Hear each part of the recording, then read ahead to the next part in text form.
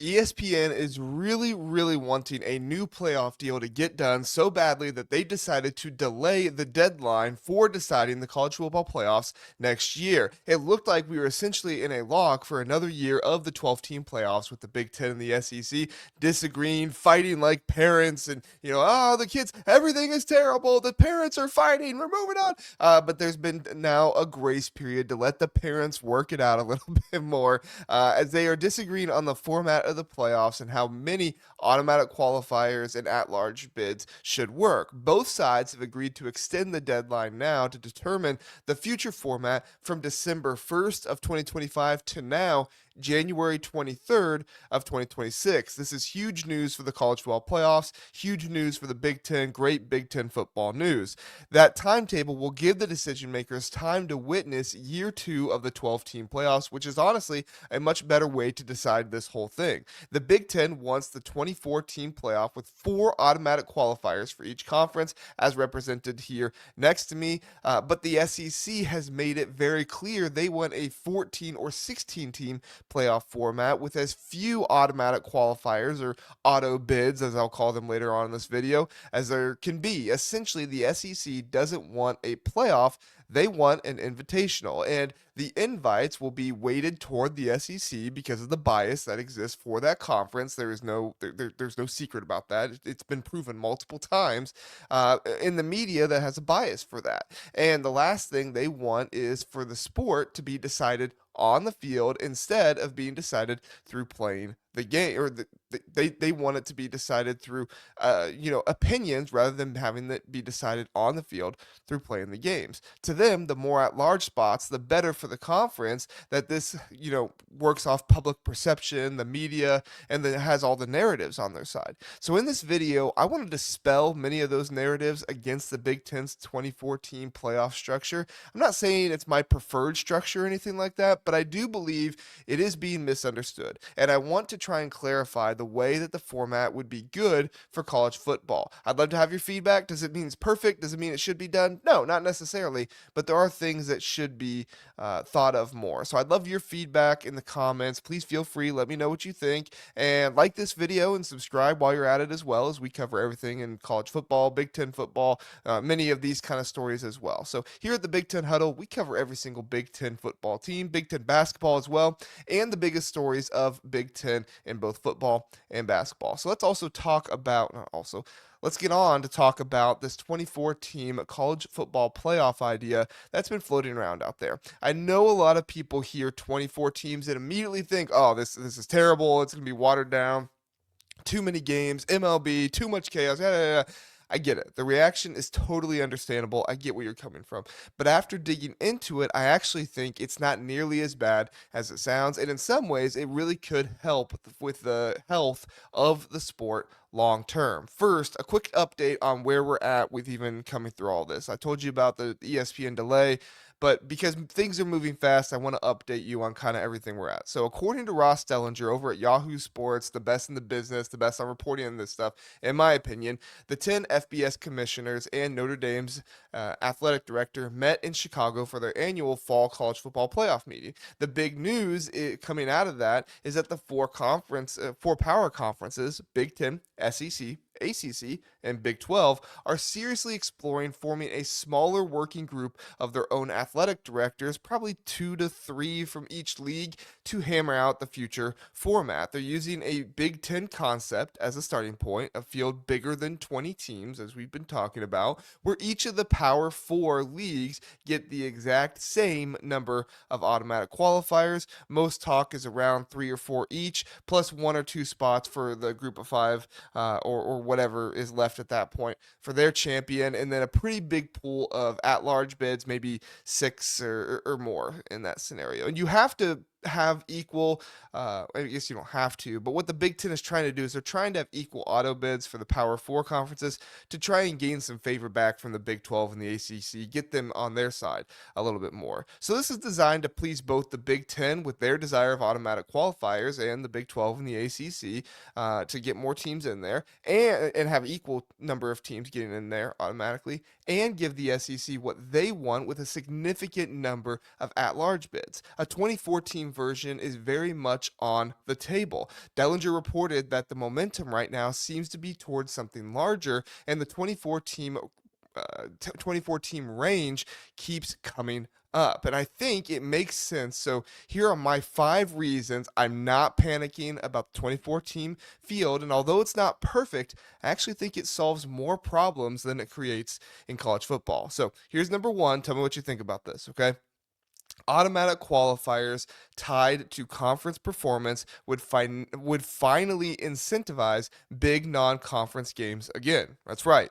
Right now, the system punishes you for scheduling tough opponents outside of your league. If you don't believe me, go look at teams like Indiana who have found this out and are not scheduling, big out of conference games because they don't need to, because they just rely on their record, which is smart by them. Because a loss can tank your at large resume. We saw it this year. Miami beat a good Notre Dame team on the road, yet Notre Dame is ranked ahead of the Hurricanes in the college football playoff committee poll, or, their top 25, whatever you call it, even though they have an identical record and a nearly identical strength of schedule. Michigan played at Oklahoma, and although Oklahoma won, there's not really any context to the youth of this Michigan team and how they developed over the season in the committee's eyes. Are we actually selecting the best 12 teams, or are we just selecting the 12 best resumes? I think resume discussion is important, and it's definitely something you need to have, but teams don't control how good their opponents are, so trying to pick off of who has the best resume is not actually picking based on how they've played on the field. It's based off the luck of how their schedule performs. Teams can only control how they play, and if they're lucky, they might not be able to showcase their own. They want to be able to showcase the way their own talent develops as well, right?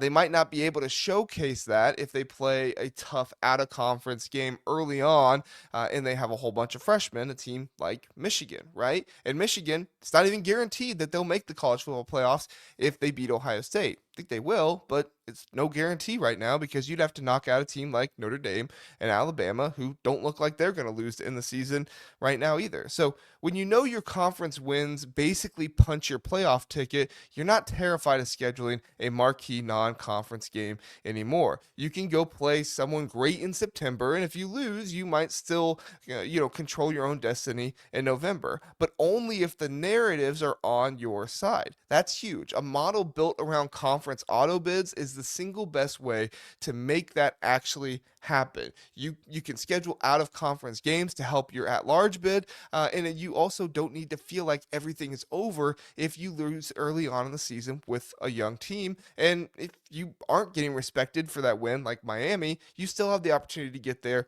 through your conference. So you don't need to feel like everything is over. And when you're still young, because you can go to conference play, you can earn your spot, not be chosen for your spot. And I think it's important to know the distinction of earning and being chosen are 2 totally separate things, and we have to recognize that. Reason number 2, it will continue the parity that the 12-team playoff already started, and that's a good thing, right? College football having more parity should be a good thing. There's a contingent of people out there that don't want that, but honestly, it makes the sport better. It makes it more interesting. A lot of people credit NIL and the transfer portal for this year being more wide open, having more parity. But the factor that doesn't get discussed enough is the increase in the playoff spots. More opportunities for teams, so teams can sell that to recruits and say, we have more opportunities to be able to make the big games. So when the 12 team made it so programs like Indiana, Vanderbilt, Texas A&M, or Missouri know they can actually get into the playoffs now with a strong season, so recruits spread out more. Expanding the access to 24 teams gives conferences auto bids, and the effect gets even stronger for more parity in college football. And also, don't sleep on the revenue sharing cap that's coming next season, as roughly $20 million per school will get to be spent directly to their athletes. Once that hard cap hits, Georgia and Alabama can't just hoard away the 5-star talent anymore on their 2 deep or whatever else. Their second or third priority guys at a position, might be guys like Danny Odom or Jaden Williams, who become Nebraska or Indiana's top priority guys. And suddenly you have programs that can outbid and outwork a traditional power like Ohio State, which in the past would have swept in late and taken those guys right away from those teams. We're already seeing it happen in recruiting. A 24-team bracket locks in that trend and makes the sport less top heavy over the decade. Plus, the parity will keep increasing nationwide in the SEC, having less than half of the 2026 class five-star recruits, which is huge. I mean, this is, you look at recruiting, this is really where the parity starts more, because it's not over 50% of the five stars are now going to the SEC. They're actually moving out and going more different places. Reason number 3: fewer committee decisions is a feature, not a bug. Look, we all love to complain about the selection committee, the AP poll, and rightfully so, right? A room full of sitting athletic directors who are also trying to hire coaches, fire coaches, fundraise billions of dollars for their athletic program, their millions of dollars, however much they fundraise out there. I don't know. They don't have the bandwidth to fairly evaluate 130 plus teams every single Tuesday night. The proof is how closely the first college football playoff rankings every single year mirrors the AP poll every year. Now, the committee makes some tiny tweaks, right? They get head to head right usually or whatever, but rarely moves the needle in a big way. They watch college football just like us. They are no different than us in how they watch college football. They're not even grinding, all 22 tape or anything like that. And although this college football playoff committee doesn't make preseason rankings, they see the perceptions of the teams we all think are good and we all think aren't good.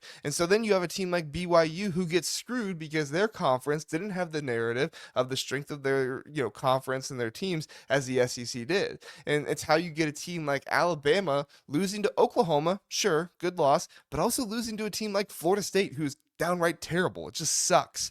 They are all of a sudden looking more impressive. Those losses seem more impressive than BYU actually winning a game. It's basically just groupthink with extra steps. If you move to a system where most bids are earned in the field through conference play and maybe in a couple through group of 5 play, the committee's job shrinks dramatically. They're picking 6 or 8 at large instead of 12 or 14. And honestly, it makes them better at their jobs. I'd rather reward the conference performance than trust a committee to tell me whether 2-loss Alabama is better than 1-loss BYU, because in all honesty, it's impossible to know which conferences are better until it's proven on the field in the postseason. And I think that's why those records need to be the ones that are talked about the most at the end of the season. But you still have a problem with that because you have teams who have their players sit out of bowl games and stuff like that. So really the only one that matters is the playoffs. Reason number 4: we could finally ditch conference championship weekend. And honestly, guys, nobody outside, me, even like the diehard league fans like me who runs a Big Ten podcast, even really care about conference championship weekend. Last year, every single Power 5 champion or Power 4 champion lost their first playoff game. The extra snaps, the injury risk, the fact that the games rarely change seeding in a meaningful way, it's just not worth it anymore. A 24-team setup with, say, 4 auto bids per league, you could give those spots to the top 4 conference finishers in the regular season standings, or top 3 plus the title game winner if you want to keep up the drama somehow. That turns conference championship weekend into 8 or 10 simultaneous excuse me, playoff playing games around the country. I mean, just look over here. Look at the type of games we would get in the very first round. Michigan, Miami, USC, Georgia Tech, Vanderbilt, North Texas in there, Pitt, Texas, all with a playoff spot on the line instead of meaningless games where Georgia plays Alabama in the conference championship again, or it's Ohio State versus Indiana. And sure, I'm excited to see Ohio State, Indiana too. It would be cool. It's going to be cool to see that game. It could have Heisman implications as well, right? I think it will have Heisman implications, but it's way more compelling TV and way more meaningful to see those play-in games for the playoffs than it is to see conference title games that honestly just don't have all that much meaning, other than you feel good if you win the game, but you're not going to feel very good if you don't win the championship later on, right? Reason number 5, a field this big would almost certainly force a renegotiation of the ESPN exclusive deal, and that monopoly has been quietly terrible for the sport. ESPN paid a fortune, and they deserve it, right? That for the rights to the college football playoffs. So they're not wrong to want some return, but the incentives are completely misaligned. They push negative narratives about undeserving teams. They hype the same 4 or 5 blue blood or SEC programs nonstop every single year, and they influence scheduling and realignment decisions that maximize their inventory rather than what's best for competition. We say it this year. Sorry. We saw it last year. Indiana goes on the road and plays Notre Dame, very first playoff game.